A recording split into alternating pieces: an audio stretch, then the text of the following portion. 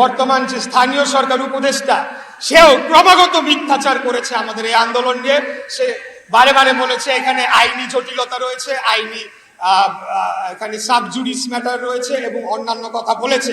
অথচ বাংলাদেশের সর্বোচ্চ আদালত মহামান্য সুপ্রিম কোর্ট থেকে, আপিল বিভাগ থেকে এই জিনিসটা বহু আগে নিষ্পত্তি হয়ে গিয়েছে। তারপরেও যদি সে বলে যে এখানে আইনি জটিলতা রয়েছে, তাহলে আমি বলবো যে এই ধরনের মূর্খ উপদেষ্টা বাংলাদেশের ইতিহাসে কেউ কোনোদিন দেখে না।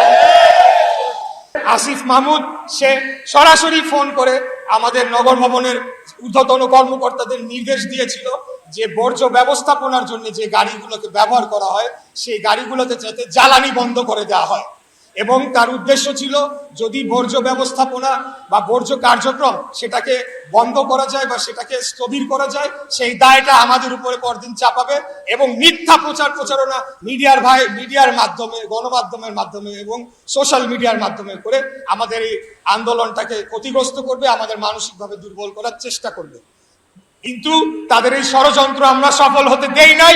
আমি খালি এই সরকার এবং উপদেষ্টার উদ্দেশ্যে বলতে চাই, এই জ্বালানি কি আপনাদের বাবার টাকায় কেনা হচ্ছে নাকি? জনগণের ট্যাক্সের টাকায় কেনা এই জ্বালানি বন্ধ করা